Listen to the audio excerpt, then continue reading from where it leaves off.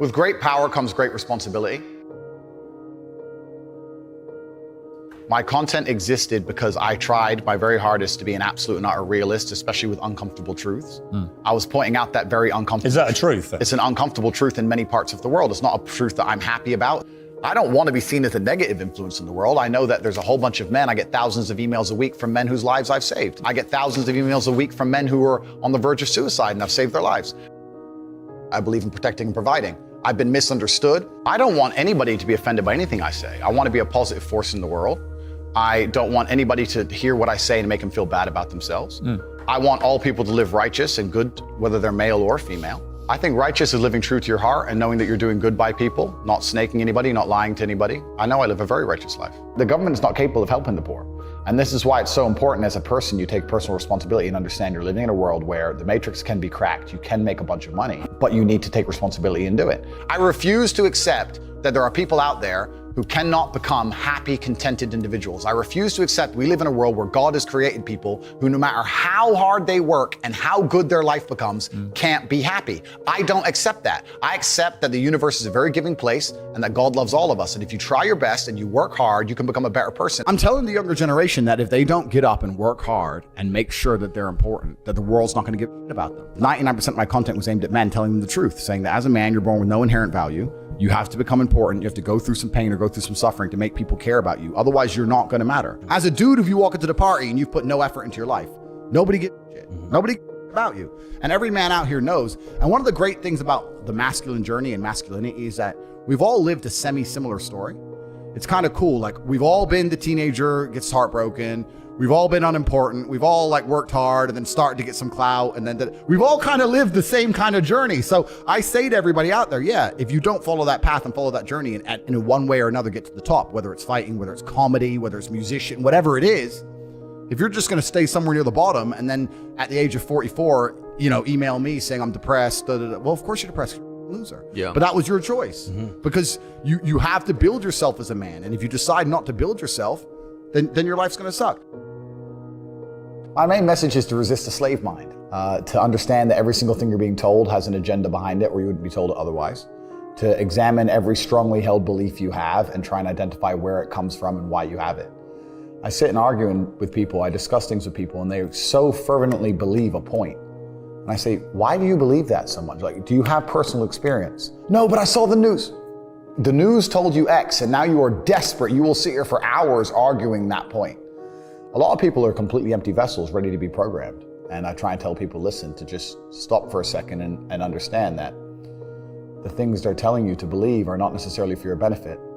The people who make the rules don't make the rules for the benefit of everybody. They make the rules for the benefit of the people who make the rules of the game. So telling people to resist a slave mind and just be critical thinkers, keep their brain open, pay attention to things, be perspicacious, that's the general theme. And it doesn't matter whether you're left, right, liberal, man, woman, etc. It's just think for yourself. That's the general message. I believe men and women are a beautiful union. I think we're slightly different, but when we work together, we're the most powerful force in the world. And I certainly believe that men and women, when they work together, it's the most beautiful force on the planet. So of course I believe in men and women. Of course I believe in love. Of course I believe in marriage. Of course I believe in family. Okay. I believe in marriage in the traditional sense. I believe a man has a duty to stand up and be a real man. I believe that the problem with the world today that we are facing is that not enough men are sticking to the age-old ways of masculinity.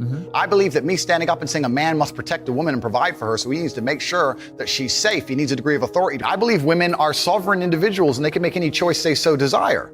I think that it's important that we remember that a man has a duty. I think I certainly in my relationship have a financial responsibility to provide for my woman. My woman would never have to work unless she wanted to because I'm the kind of person who works hard enough. And I'll make another point that needs to be said. The number of women who have stood up and stuck up for me is ignored. Thousands of women are making videos saying, I've met Andrew Tate, he's such a nice guy. I wish I had a man like Andrew Tate who felt responsible to protect and provide for me. You know what? I do belong to my husband. That's why I married him and I love him. We ignore the thousands of women who stood up and stood by me and said everything I said is true. This is that there's a large contingent of men who still want to make money, go to the gym, be strong, drive a fast car, be traditionally masculine, and don't want to be shamed for that. And I believe that feeling depressed is real. I don't believe depression as a clinical disease is real. No. I think PTSD is very real. Unfortunately, I have some friends who suffer from that. I know that feeling depressed is real. I believe that the number one power you have against these things are trying to take control of your own mind and affecting your own life. I believe that it's not healthy to hand over all your power and believe that depression is an outside disease that you can't affect. I know that when I've had difficult periods in my life, and also many of my friends, like I've said, suffer from PTSD and been through terrible things. I've lived a very difficult life, and I know people who have, that the things that made them feel better is when they woke up and said, you know what, I'm not gonna allow this to damage me anymore. I'm gonna take responsibility. I'm gonna get up and I'm gonna fight this as hard as I can. If someone comes to me and says, I'm clinically depressed or I feel very, very sad, I would say the first thing you need to do is stop accepting the identity of a clinically depressed person. Stop accepting you have no control over this. And what you need to do is stop identifying that way, and let's work together to try and fight against it. A lot of people who are clinically depressed are suffering with something in their life, and if you fix the problem in their life, perhaps they won't feel depressed anymore. The thousands of people who have emailed me saying, my doctor told me I was clinically depressed and it's a disease that I have got in my brain and I can't be fixed. And I started listening to you and I realized that that's not the case and I can fix my own life, and you're the only person who has ever helped me. I believe feeling depressed is real. I do not believe it's a disease that you catch from the sky and you cannot affect. I believe that no matter what happens, I believe you have control of your own mind and you can fight against it. I believe if you change your circumstances in your life, you may feel different. I'll give you a quick example. I had a guy who emailed me saying he was clinically depressed and he was going to kill himself. I obviously am not a psychiatrist, I'm not a doctor.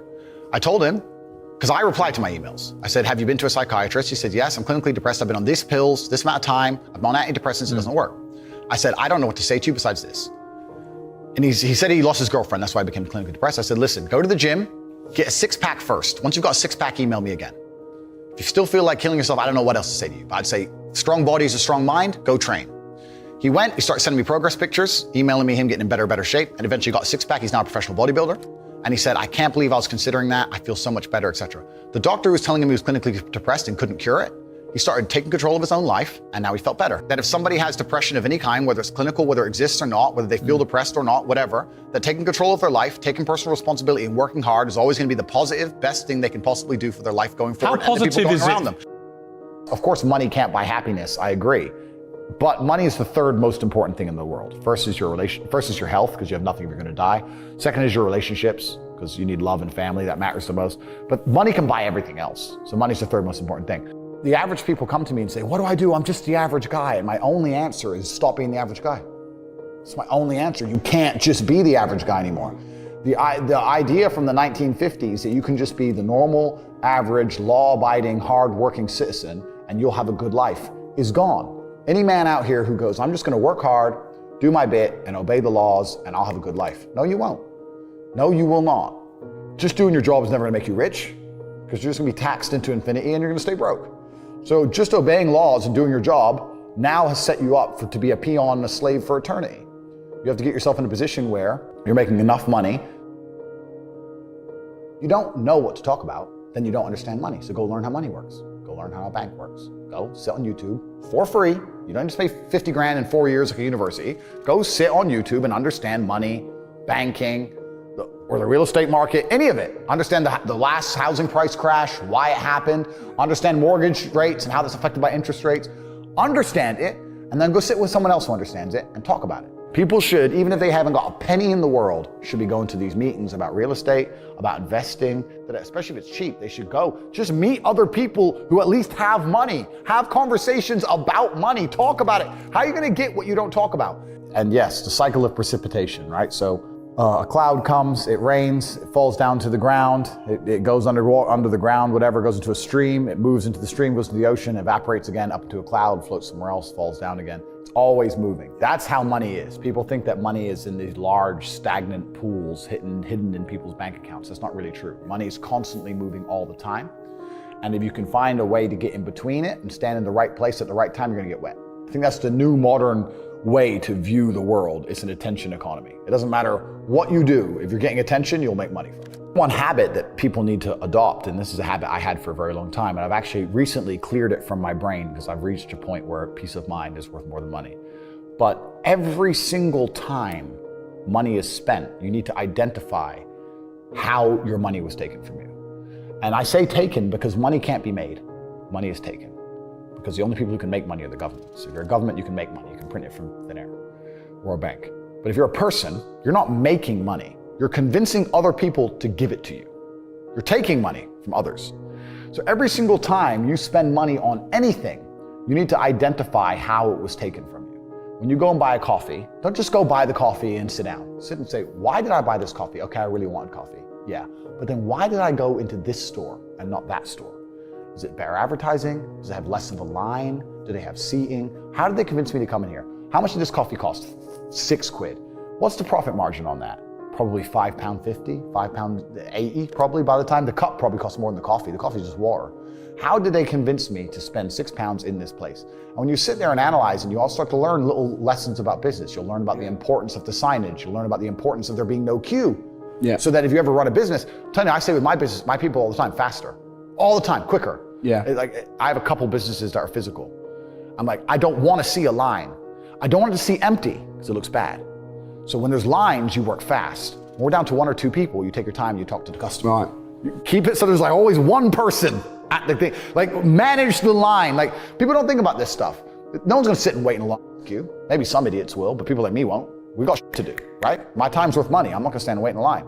So you have to identify how your money is taken from you. If you start doing that with every single time you spend anything ever, you're gonna start to identify business opportunities, and you're gonna sit there and you're gonna have coffee and you're gonna go, you know what? They could have sold cake and they didn't.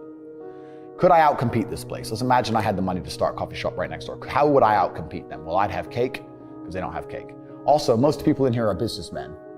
And the guy serving some dude. No, we need a cute waitress. His ass is fired. We need a chick. Put a chick here, put some cake in. Financial Times, there's business people in.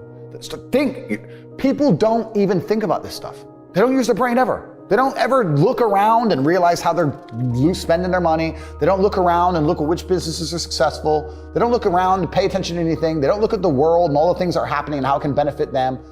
None of it. They don't look at any of it. They're too busy following the circus. That's why it's clown world. I was walking to college with a couple of my friends, and a Ferrari drove past. And I said, bro, you see that? And he goes, yeah, what about it? I said, doesn't that piss you off? I must have been about 16. He goes, why? So this dude has 400 G's for a car, 400 grand. I'm walking 4 miles to college because my mom hasn't got any car. He has 400 grand. Do you think he works a job? Do you think he's behind a counter somewhere? He knows something about the world that I don't know. And they were like, well, he's rich. I'm like, yeah, I know. I didn't say he wasn't rich, dummy. I'm saying he knows something about the world I don't know. And I was intrigued, and it angered me. I couldn't sleep for weeks. I was pissed off. Every time I saw somebody with genuine money, I understood that everything I was being told and taught and they were trying to make me believe just simply wasn't true. I was like, none of these people are getting these things by following the path that the system is trying to make me follow. And everybody intrinsically knows this. If you go to if you're at a BP, you're at a petrol station, and I pull up in my Lamborghini, nobody goes, wow, he went to school. Yeah. He studied hard. And they do that because they know that the easiest way to amass wealth is to break the rules, because the rules are not designed to allow most people to make money. You can make money within the rules, of course you can, but most people don't. Most people who follow the path work, consume, die. That's it. So I always knew the same thing as you, and I knew there had to be another way. I knew that just working for money was a paradigm that wasn't true. And then you understand making your money work for you, and you understand delinking your time from money. Yeah. You start learning to understand these things, but eventually you build a system, and you build an ecosystem like me. I have 60 or 70 people work for me all around the world, and things just happen and money just kind of appears as long as everything's well organized. I mean, in my experience, like imagine if I didn't have all this money and I had to go get a job again, I'd get a sales job, because I've always been a salesman, and I think that's a very important life skill to have, to be good at sales and to deal with the stress and have a commission-only environment. But I don't know if they even teach sales in university. Yeah, it's all garbage. They don't teach anything important. They just teach anything. They teach things that are going to keep you inside the slave mind. And they want you to go to school and then go to college and then go to university and get in debt. And you have to be in debt so that now you have to work. And you're working and you're in debt, and then they want you to take on more debt if possible in the form of a mortgage, which a lot of people do, which we can talk about because I know you're the property guy. Yeah. And then you're in debt now, and once you're in debt, you can't really quit your job, and it's very difficult for you to leave the country. And now they can hold things over you. That's the goal. It's all about control mechanisms, and the system is very well designed to make sure that people are conditioned to obey. It's very hard for the average person to say no to anything.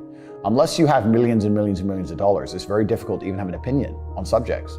That's the thing about being a man, and that's what I was saying to the kids. It's like, look, you need to get up, and it's gonna be very, very difficult. The world's getting harder and harder, especially for men. It's all clout, it's all status, it's There's no way you're going to matter unless you get up and you work extremely hard.